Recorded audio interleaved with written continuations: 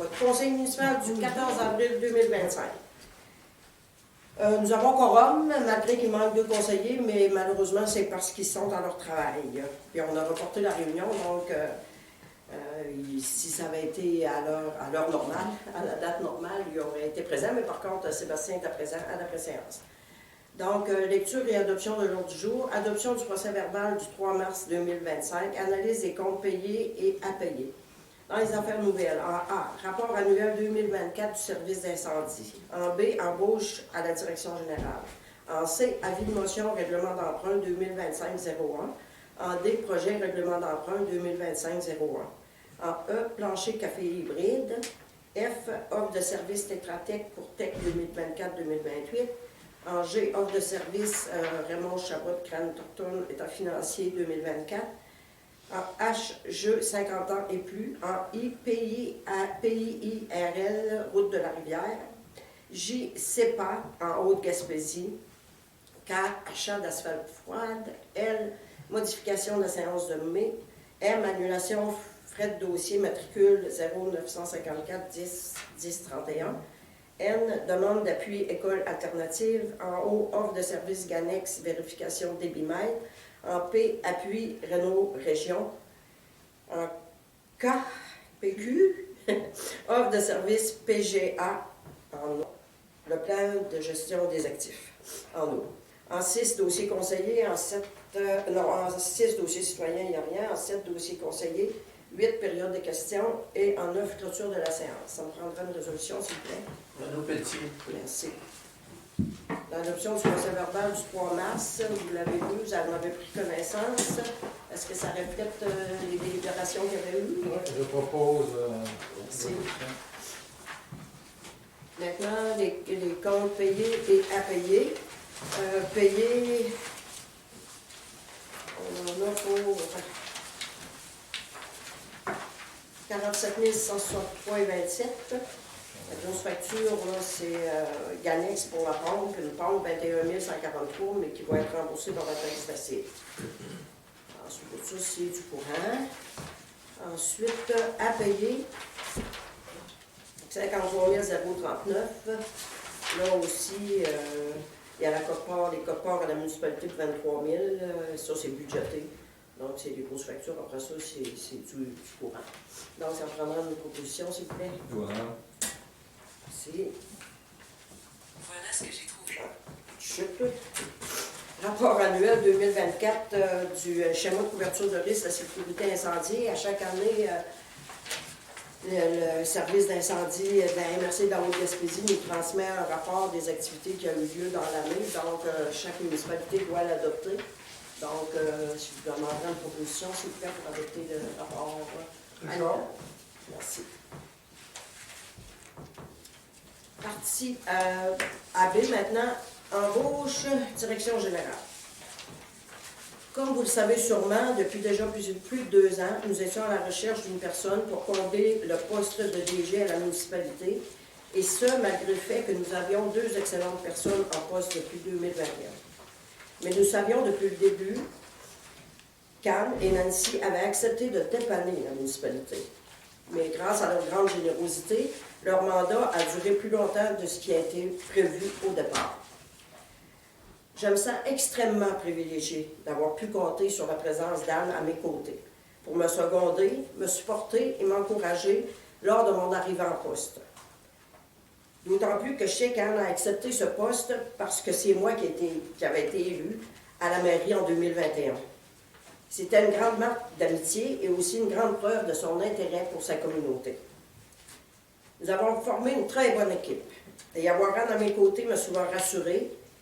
Et c'est grâce à elle que je suis une si pas pire mère. Elle aura ma reconnaissance éternelle pour son engagement dans notre municipalité. Car vous savez, une municipalité peut fonctionner sans maire, mais une municipalité ne peut pas fonctionner sans DG. C'est un poste très exigeant, même pour une petite municipalité comme la nôtre. Alors c'est pourquoi ma reconnaissance est immense. Au nom de tous les membres du conseil et de toute la population, je te remercie sincèrement d'avoir consacré ces dernières années à la bonne marche de la municipalité. Tu ne seras pas loin, je sais. Et on aura sûrement besoin de toi pour assurer la transition. Et je te souhaite de consacrer ton temps maintenant à des activités culturelles comme tu sais si bien le faire. Tu apporteras encore beaucoup à ta communauté, j'en suis certaine. Et évidemment, je n'oublie pas Nancy, qui, elle aussi, dans sa grande générosité, a contribué durant ces dernières années à la bonne marche de la municipalité. Elle était pour Anne et moi une bouée de sauvetage, toujours disponible pour répondre à nos nombreuses demandes. Son expérience de plus de 30 ans comme DG à Marsoui nous faisait sentir en sécurité. Lorsque nous avions un petit doute, elle était là pour nous rassurer et nous donner la bonne information. Sans elle, Anne et moi n'aurions pas été si bonnes. Nancy était toujours là comme un ange gardien. Merci infiniment toi aussi d'avoir participé longtemps à garder le cap à la municipalité. Ton apport est inestimable et on ne le dit pas assez souvent. Tu as contribué grandement à faire de Marsoui le village qu'il est aujourd'hui. Merci infiniment. Maintenant, une autre page s'écrit dans notre monde municipal. Il y a quelques semaines seulement, alors que la date de départ d'Anne et Nancy approchait à grands pas, j'ai pris l'initiative d'approcher Mme Jovette Gass. Pas ma sœur, mais Jovette, qui a déjà été mairesse et conseillère et qui a occupé le poste de DG à la marque avant son départ pour Drummondville. Je lui ai demandé si le poste l'intéressait. Après quelques jours de réflexion, et à ma grande surprise et à mon grand soulagement, celle-ci a accepté. Mme Gass débutera donc son travail le 5 mai prochain, et ceci au moins jusqu'en novembre 2025, c'est-à-dire jusqu'à la fin du présent mandat de ce conseil municipal. Jovette et moi avons souvent travaillé ensemble. Nous avons toujours formé une bonne équipe, et je suis persuadée que ce sera encore le cas. Comme nous, qui sommes tous autour de la table aujourd'hui, elle a un grand intérêt pour le développement de son village. Je vais vous dire la phrase qui semble cliché, mais qui est tout à fait appropriée aujourd'hui. On peut sortir la fille de Marsoui, mais on ne peut pas sortir Marsoui de la fille. Jovette connaît le monde municipal. Elle a occupé le poste de maire pendant 8 ans et a été conseillère municipale pendant plusieurs années. Son attachement au village est prouvé et l'est encore aujourd'hui en acceptant de revenir à Marsoui pour occuper le poste de directrice générale, trésorière et greffière. Encore là, je me sens privilégiée, car je sais que si Jovette a accepté le poste, c'est parce que c'est moi qui suis à la mairie. C'est aussi une grande preuve d'amitié et une énorme tape dans le dos qui m'encourage à poursuivre mon travail. Alors, soyez rassurés, la municipalité est encore entre bonnes mains. Donc, voilà, nous allons maintenant déposer une résolution qui confirme l'embauche de Mme Jovette Gass comme directrice générale, greffière, trésorière de la municipalité de Marsoui. Son embauche prendra effet le 5 mai 2025. Donc, ça me prend une proposition, merci. Maintenant, point D et E, le point C et D, c'est un avis de motion qu'on présente pour un règlement d'emprunt. Comme vous le savez, on fait un avis de motion et un règlement pour faire un emprunt pour payer le chargeur sur roue sur une période plus longue que ce qui avait été envisagé au départ. Parce que on avait loué avec option d'achat, comme vous le savez, et ça nous coûte quand même 6 000 $ par mois, donc 70 000 par année. Donc, c'est beaucoup trop. Au début, on est capable de le payer, mais ça nous rend trop... notre budget est trop serré à ce moment-là et ça nous limite dans l'argent qu'on pourrait investir en mise de fonds pour des projets.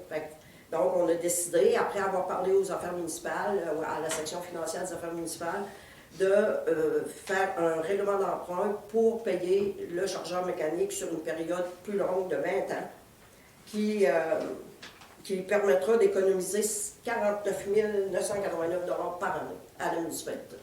Donc, c'est comme ça qu'il faut fonctionner parce que, avec toutes les dépenses qu'il y a partout, on se rend compte que la charge pour les contribuables aurait été trop grande si on avait continué à payer de cette façon-là en location avec option d'achat. On avait une facture, c'était pour 5 ans. Après ça, il y avait encore un autre 5 ans pour le résiduel. Fait que ça faisait quand même sur 10 ans. Donc, les 5 premières années étaient trop lourdes. Donc, on va échelonner ça sur plusieurs années. Et donc, il faut faire un règlement d'emprunt pour ça. C'est une procédure assez particulière, car étant donné que c'est un équipement roulant, on doit il y aura une procédure à faire après l'acceptation après l'adoption du règlement en mai. Il faudrait tenir un registre de personnes habilitées à voter. Parce que si dans la paroisse, si dans la municipalité, il y a 38 personnes qui signent ce registre-là, ça voudrait dire qu'il faudrait faire un référendum pour pouvoir faire le règlement d'encontre. Donc, c'est ça, on va suivre la procédure à la lettre. Après le mois de mai, après la réunion du mois de mai, il va y avoir un avis public qui va être émis où les modalités pour le registre, la journée où le registre va être disponible, on va vous le dire. Mais comme je vous dis, je pense que c'est la meilleure solution qu'on a pour alléger les finances de la municipalité et pour alléger aussi, bien entendu, nos comptes de taxes. Donc, j'ai besoin d'une proposition pour l'avis de motion et pour le dépôt du projet de règlement. Merci. Pour les deux. Oui. Voilà. Bon, oui, un nouveau plancher à l'hybride, c'est ça. Les locataires du Café l'hybride, vous savez que le bâtiment nous appartient. Et il y a une partie du plancher qui est encore peint. C'est un vernis qui est peint. Donc, c'est sûr qu'il faut que ça soit refait presque à chaque année. Donc, il y avait déjà une partie de la cuisine qui était faite en flottant, je pense. Là, ils finiraient le reste de la même façon. Puis, ils vont fournir la main-d'œuvre et nous, on va acheter les matériaux. Donc, ils évaluent ça à plus ou moins 1 000 $. Donc, c'est le maximum de 1 000 $. Ça peut coûter moins un peu. Fait que, je pense qu'on avait, à la préséance, on avait accepté de faire cette dépense. Merci. Offre de services Tetra-Tech, oui, pour la TEC 2024-2028. On recommence les processus pour la prochaine taxe d'assises. Cette fois-ci, c'est sûr, on a moins d'argent que l'autre fois. On a 300 000 de moins, on a 557 000 à dépenser, mais vous savez qu'il y a des priorités dans ça. Donc, on a besoin d'accompagnement par des ingénieurs. Donc, j'ai une offre de service ici de Tetra-Tech pour 2 500 $ qui va servir à faire la programmation et une revision pour la prochaine TEC. Donc, je demanderai une proposition, s'il vous plaît, pour ça. Ça va être payé quand même la taxe d'assises aussi. Richard. Merci. Offre de services, oui, Raymond Chabot de Grande Fortune, c'est pour nos états financiers 2024, l'audit 2024. Leur soumission est de 22 000 $. Vous voyez ça, dans le budget, on avait budgété 20 000. Puis là, c'est 22 000. Ça a comme presque doublé dans les dernières années, les frais comptables. Ça, c'est en plus de si on a des. Quand on fait des projets et qu'il faut faire des redditions de comptes par des comptables, ça, c'est chargé. En plus, ça, c'est seulement pour les audits de 2024. Donc, on n'a pas le choix. Ça prend une proposition, s'il vous plaît. Merci. Jeu des 50 ans et plus, c'est ça, il nous demande à chaque année une petite contribution financière. Il demandait 15 cents par personne de 50 ans et plus. Là, mais là, nous, ça faisait, je pense, 30 $. Là, je mettais 200 personnes, mais là, on a mis 50 $, comme l'an passé. Je demande une proposition, s'il vous plaît. Voilà. Merci. Bon, C'est qui? C'est un des deux. Donnant. Bon, là, pire, là, PIRL, là, c'est pas, on ne prend pas de résolution, c'est juste des informations que je donne. C'est qu'il y avait une route, la route de la rivière était prioritaire, une section de la route de la rivière était prioritaire pour une subvention à hauteur de 85 par le ministère des Transports. Sauf que ça coûte, si en tout cas pour le projet total, mettons, si on part de la route de la rivière pour on va jusqu'à la colonie, c'est 4 304 et 600. Donc, notre part serait de 645 190. Fait que, là, à date, on n'a pas les moyens, certainement pas, de faire ça. Donc, à moins qu'on se trouve là, des commanditaires pour notre 15 une partie de notre 15 mais de toute façon, on ne prétend pas pouvoir tout faire la route. Ce qu'on mettrait plutôt en priorité, nous autres, ça serait la partie, mettons, à partir de peut-être des tuyaux, aller jusqu'à l'usine, peut-être la côte aussi, qui coûterait moins cher, mais on a toujours une part de 15 à mettre, puis c'est pour l'année 2026. Eux, on pourrait le faire sur 3 ans, mais ils ont même qu'on donne 645 000, si on donne sur 1 an ou sur 3 ans, ben, c'est la même dépense pour nous. Là, fait que on va recontacter pour qu'ils nous fassent des soumissions, ça c'est des approximatifs, c'est pas des soumissions officielles des coûts des travaux, pour voir comment est-ce qu'on pourrait voir si, pour faire une partie de la route, là, mais c'est extrêmement dispendieux. Donc c'est ça, c'est rien qu'un dépôt, c'est une information que je vous donne. Nous, on va continuer à travailler sur ce dossier-là. Donc, JCEPA, c'est un centre d'éducation populaire autonome. C'est l'abréviation, c'est CEPA en Haute-Gaspésie. C'est une réunion, je vous informe qu'il va y avoir une réunion d'information pour ce projet-là, qui va avoir lieu à Marsouilles le jeudi 15 mai à 18h30. Puis à ce moment-là, il va y avoir un document plus complet qui sera disponible sur place. Donc, c'est ça, l'éducation populaire, c'est un outil collectif pour se renforcer individuellement et mutuellement. C'est une forme vivante et dynamique de solidarité populaire. C'est un lieu permanent d'expression des besoins et de la parole.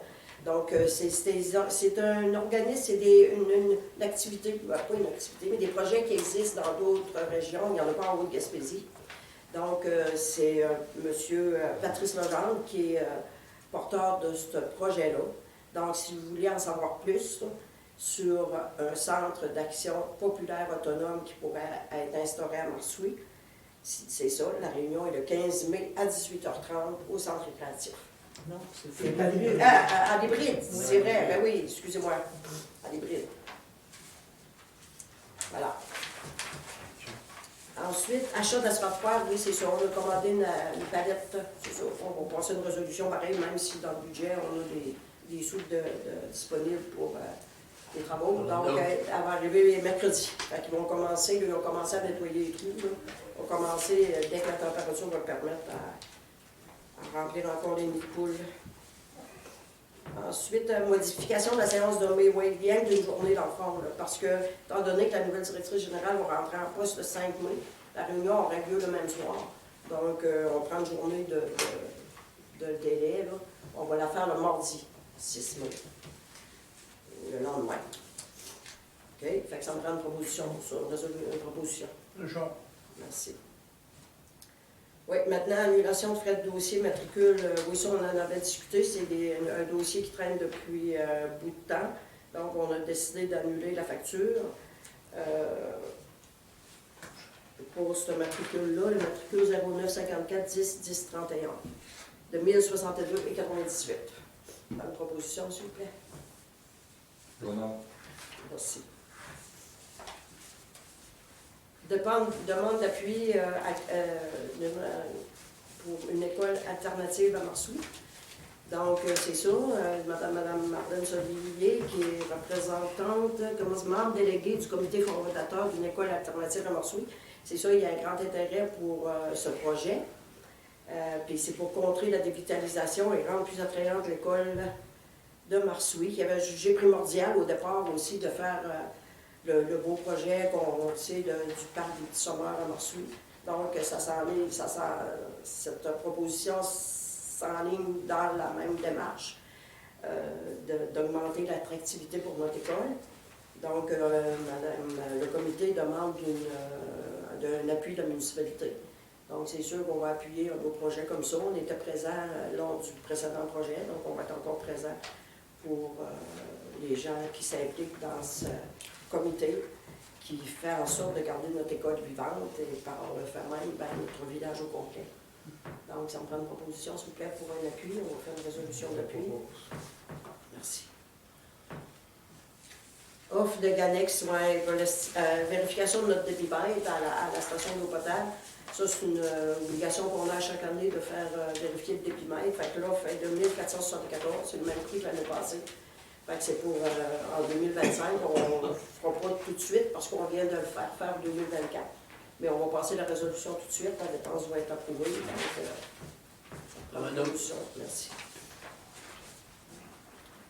Appui Réno-Région, oui, vous savez, dans le dernier budget du ministère, les programmes Réno-Région ont été abolis, ce qui est déplorable, parce que c'était pas quand même, ça ne représentait pas un gros budget pour le gouvernement, mais ça représentait beaucoup pour les régions comme nous. À la MRC, c'était 300 000 on avait chaque année pour des projets Réno-Région, pour les gens qui, c'était souvent les personnes avec des moyens, des plus faibles revenus, qui profitaient de ce programme-là. Maintenant, qui était bonifié même à 25 000 pour la base. Ensuite, les gens avaient une certaine partie à donner pour des travaux prioritaires. Donc, là, ce qu'on demande au gouvernement, les municipalités font toutes la même demande, et la MRC, on le fait aussi, c'est de relancer immédiatement le programme Réno Région pour l'année financière 25-26 et de s'engager à assurer son financement à long terme. On demande aussi de rendre à terme le processus de bonification du programme pour assurer une plus grande accessibilité dans toutes les régions du Québec. Donc, c'est ça. Je pense que c'est une résolution qu'on doit appuyer puis qu'on doit transmettre aux personnes concernées. Donc, c'est une proposition. Merci, Richard. Ensuite, offre de service PGA en eau. C'est encore ça dans le cadre de la taxe d'assises. On a un montant supplémentaire de 55 877 pour préparer un plan de gestion de nos actifs en eau potable. Donc, encore là, c'est du travail d'ingénieurs qui vont faire, ça va nous fournir un document ciblé de tous les travaux à faire et pour le futur, pour notre réseau d'eau potable. Donc, c'est ça, c'est quand même des honoraires de 33 500 $.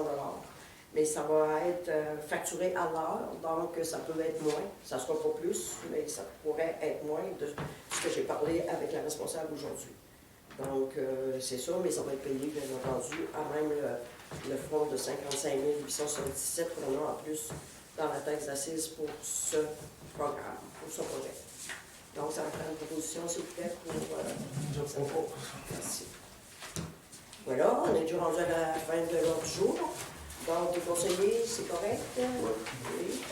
Donc, est-ce qu'il y a des questions dans la salle? Je vais demander la levée de l'Assemblée, s'il vous plaît. J'ai oublié. Oui, c'est derrière. Oui, d'accord. Donc, je fais-tu mon salut? Bonsoir et à la prochaine, au mois de mai.